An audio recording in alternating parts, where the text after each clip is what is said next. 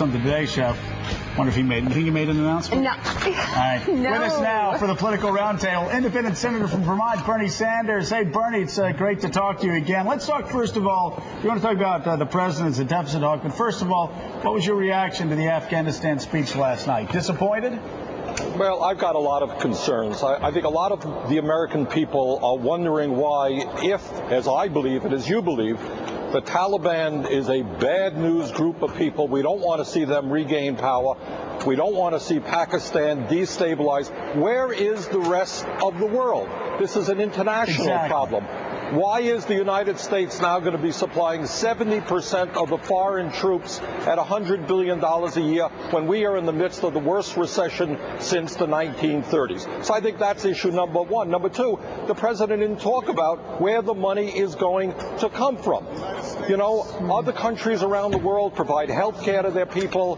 Their childhood poverty levels are lower than ours. Where are we going to get the money? Are we going to raise taxes? Are we going to cut back on other programs? What are we going to do? The president didn't touch on that. And the third area of concern for me is, I think to be effective in Afghanistan, you need a partner that has the respect of the people of that country.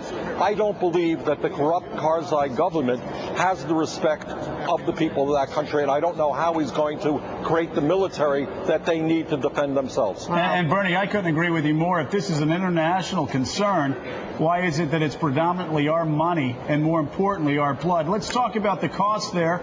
The deficit continues to skyrocket. The national debt continues to skyrocket. $1 million per man and woman in Afghanistan.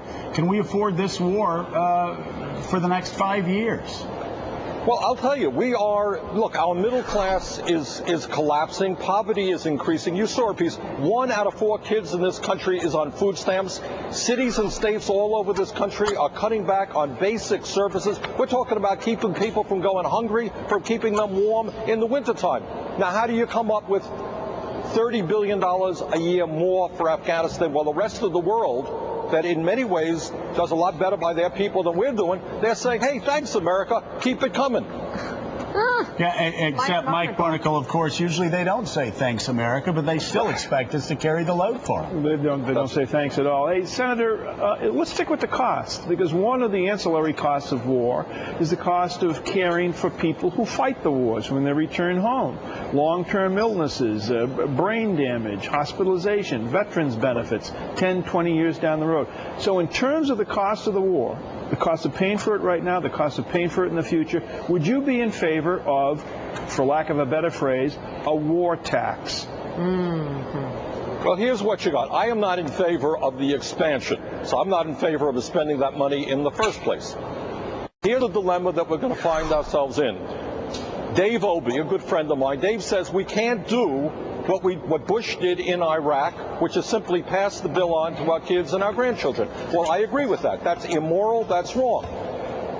Does anybody really think, Joe, that we are going to have, that the Republicans will support a tax on the richest people in this country? I don't think so. So what do you think will happen? What will end up happening is our Republican friends will say, let's cut, cut, cut. Well, when the middle class is hurting, when poverty is increasing, I don't know that you want to cut back on nutrition, on education, when our infrastructure is collapsing. We need to create more jobs in America, rebuild our infrastructure. That's the dilemma that we're in, and President Obama didn't really speak to that at all last night. That is a dilemma, of course. Do you really want to cut spending when real unemployment's approaching 20%? And I would say from the other side, do you really want to raise taxes? Neither seem like a very palatable option when our economy's staggering along the way it is. So what are we going to do, charge the war? Well, no, we're not going to charge the war. We're going to draw it down as quickly as possible. Senator Sanders, thank you. Hey, Bernie, it's always great seeing you. If you're ever in New York, we'd love to get you on the set for an hour or two. Okay, love to do that. That'd be great. All right, Bernie Sanders from Vermont. Great talking to you. Coming up next, what, if anything, did we learn today? I learned you've got a nifty new body.